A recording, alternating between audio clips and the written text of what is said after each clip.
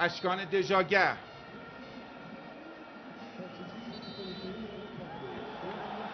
و حالا یه برخورد عجیب و غریب بین بازیکنان دو تیم رخ میده. یه مقدار وضعیت حساس شده، کار بالا گرفت. آندو میاد دخالت میکنه که کار سخت‌تر نشه. جواد نکونام هم اونجا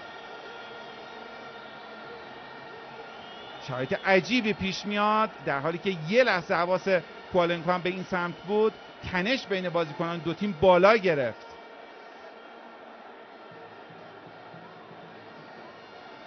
چادری نمیدونم به زمین اومده بود که یا همون به عنوان بازیکن ذخیره اومد پرید و این اتفاقات افتاد. کارلوس کیروش هم میاد میانجیگری میکنه.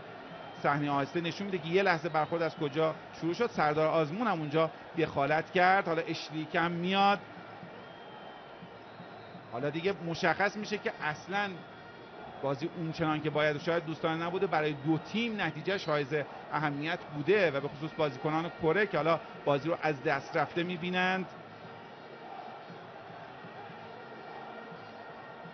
این دقایق باقی مونده، 4 دقیقه باقی مونده از بازی.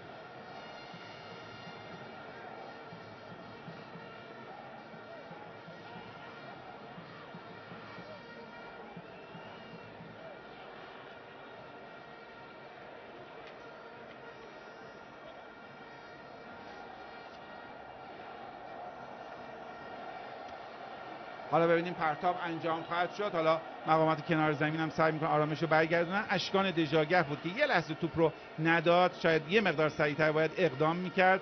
تعادل کوکتایوی هم از دست رفت. شاید آخرین تعویض این بازی برای تیم ایران که اصلا اجازه پیدا نمیکنه. سوت پایان بازی رو کوالنکو به صدا در میاره با تکل سردار آزمون و برتری 1-0 ایران مقابل کره جنوبی در 28مین بازی رویاروی دو تیم.